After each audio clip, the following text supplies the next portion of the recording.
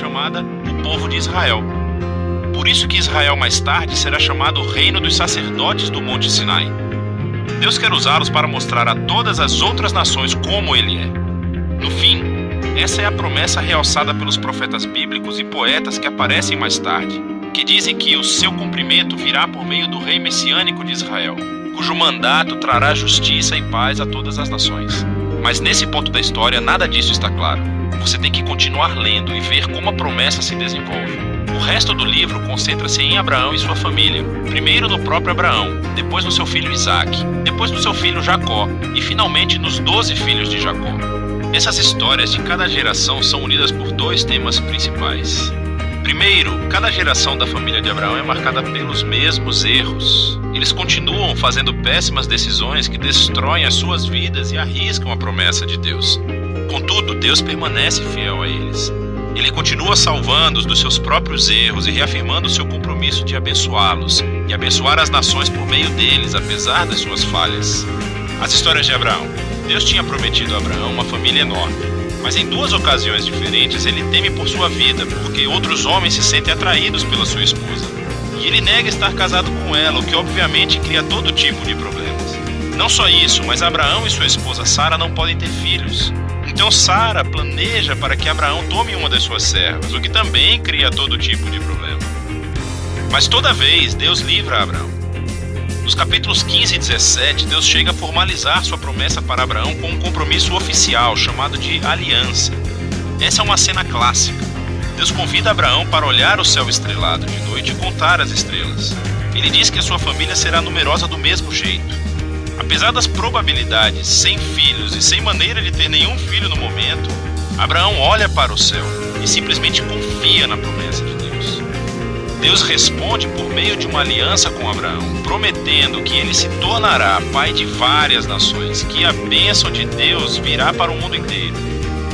Deus pede que Abraão marque a sua família com o sinal da aliança, a circuncisão de todos os meninos da família. Esse símbolo serve para que eles lembrem que a prosperidade da sua família é uma dádiva de Deus. Abraão termina por ter muitos filhos e morre em idade bem avançada.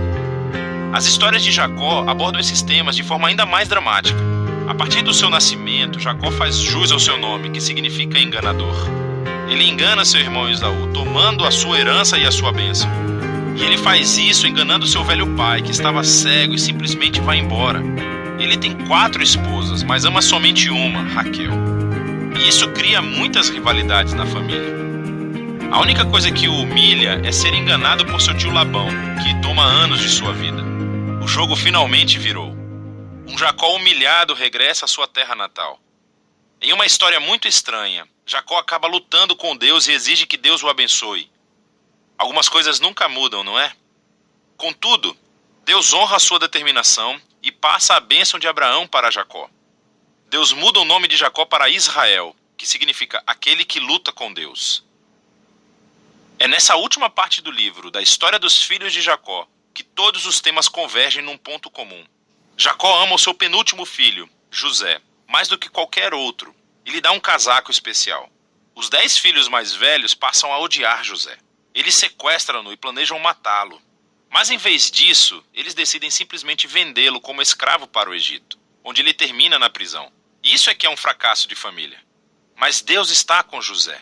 Ele planeja a liberdade de José da prisão e o faraó termina por colocar José na posição de vice-comandante de todo o Egito.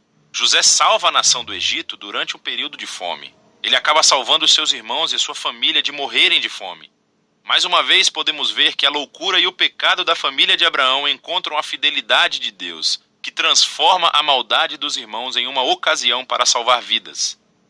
Isso é exatamente o que José diz perto do final do livro. Ele diz aos seus irmãos: vocês planejaram isso para o mal, mas Deus planejou para o bem, para salvar muitas vidas. Essas palavras são estrategicamente posicionadas no final do livro, porque resumem não apenas a história de José e dos seus irmãos, mas também o livro como um todo.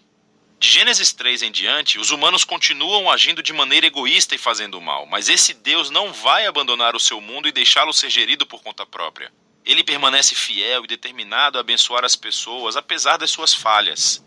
Você pode ver isso especialmente na forma como aquela promessa misteriosa sobre o descendente da mulher se desenvolve durante o livro. Lembre-se de Gênesis 3. Deus prometeu que esse guerreiro ferido viria e destruiria a serpente e derrotaria o mal na sua fonte. O autor então conecta essa promessa diretamente à linhagem de Abraão. Essa é a parte sobre como Deus trará a sua bênção para as nações.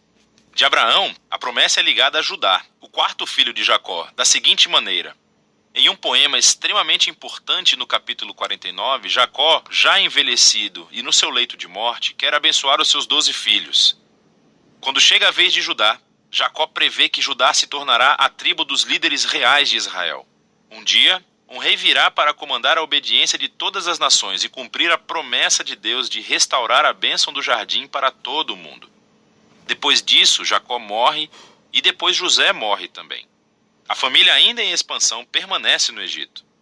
O livro de Gênesis termina com todas essas esperanças e promessas futuras no ar, sem desenvolvê-las. Isso obriga você a virar a página para ver como tudo vai acabar. Por agora, esse foi o livro de Gênesis.